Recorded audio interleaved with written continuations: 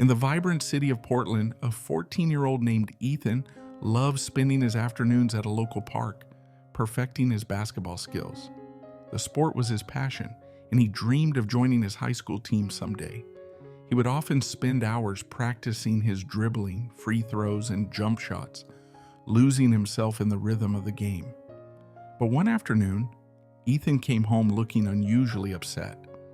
He dropped his backpack onto the couch and stared at the floor, his enthusiasm for the day gone. His mother, Rachel, noticed his unusual behavior and sat beside him. "Ethan, what's wrong?" she asked gently, her voice full of concern. Ethan sighed deeply and explained, "We got our math test scores today. I did poorly, but that's not even the worst part. My friend Lucas aced it again, like always. No matter how hard I try, I just can't do as well as him. It's so frustrating." Rachel smiled knowingly. She had seen Ethan's competitive spirit many times before, and she knew this was an opportunity to teach him something important. "Come with me, Ethan," she said, leading him to their cozy backyard filled with tall trees and a calming breeze.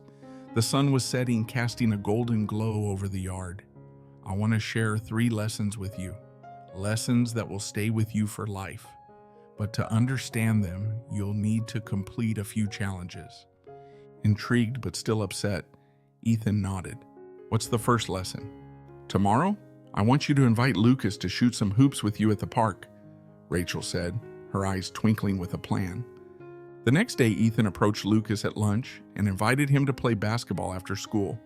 Lucas agreed, though he admitted, "I'm terrible at basketball, but it sounds fun." At the park, Ethan dominated the game, scoring shot after shot while Lucas struggled to even dribble properly.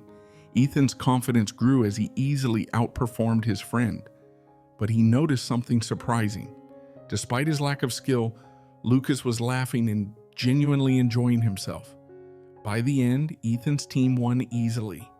Lucas, still grinning at his own mistakes, patted Ethan on the back and said, "Thanks for inviting me. That was fun." That evening, Ethan recounted the game to his mom. "Lucas isn't great at basketball, but he still had fun. What's the lesson?" he asked. Rachel smiled warmly. "Lucas excels in math, just like you excel in basketball. Everyone has their strengths, Ethan, and it's okay to be different. Celebrate what makes you unique and recognize the strengths in others." Ethan nodded, beginning to understand. "What's the second lesson?" "For tomorrow," Rachel said, "watch Lucas closely and see how often he practices math or uses it during the day." The following day, Ethan kept a quiet eye on Lucas at school. He noticed Lucas solving extra math problems in class, helping others during lunch, and even working through puzzles for fun during breaks. It was clear that Lucas genuinely enjoyed math and spent a lot of time honing his skills. That evening, Ethan reported back to his mom. "Lucas works on math all the time, even when he doesn't have to. He actually seems to enjoy it," Ethan said, a note of admiration in his voice. "Exactly," Rachel replied. "That's the second lesson. Practice makes progress. Lucas is good at math because he enjoys it and practices often. The same way you spend hours playing basketball, Lucas spends hours sharpening his math skills. If you want to improve, find ways to make practice enjoyable." Ethan smiled, encouraged by the idea. "All right, what's the final lesson?" Rachel thought for a moment and said, "Think about how much better Lucas is at math compared to you. Now tomorrow, try to study math 3 times harder than usual." The next day, Ethan gave it his all. After school, he sat at his desk determined to conquer math. He worked through problem after problem, trying to push himself beyond his limits. By the 3rd hour, his head ached, his eyes felt heavy, and the numbers on the page blurred together. Eventually, he dozed off, his notes scattered around him. That evening, Rachel woke him gently. "Come to the backyard," she said. Ethan followed her, looking disappointed. "I'm sorry, Mom," he said. "I couldn't finish. I tried, but it was so hard." Rachel placed a comforting hand on his shoulder. "Ethan, here's the final lesson. If you don't love something, it's hard to stay consistent and disciplined. But when you love what you do, it feels natural to keep going. That's why you can play basketball for hours without feeling tired.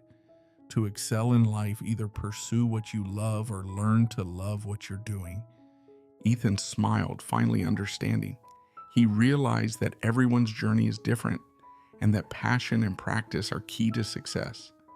He also understood that comparing himself to others wouldn't bring happiness. Celebrating his unique strengths and finding joy in his own efforts would. Over the next few weeks, Ethan approached math with a new mindset.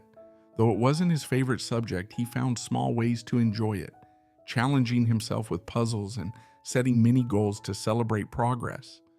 At the same time, he continued to thrive in basketball, knowing that his hard work and love for the sport were what truly mattered. This story reminds us that personal growth comes from embracing our unique strengths, practicing consistently, and finding joy in what we do. In today's competitive world, it's easy to compare ourselves to others, but true fulfillment lies in discovering and cultivating our own talents while respecting others' gifts. If you've ever experienced similar stories in your life, don't hesitate to share your thoughts or experiences in the comments below. We would love to hear your story.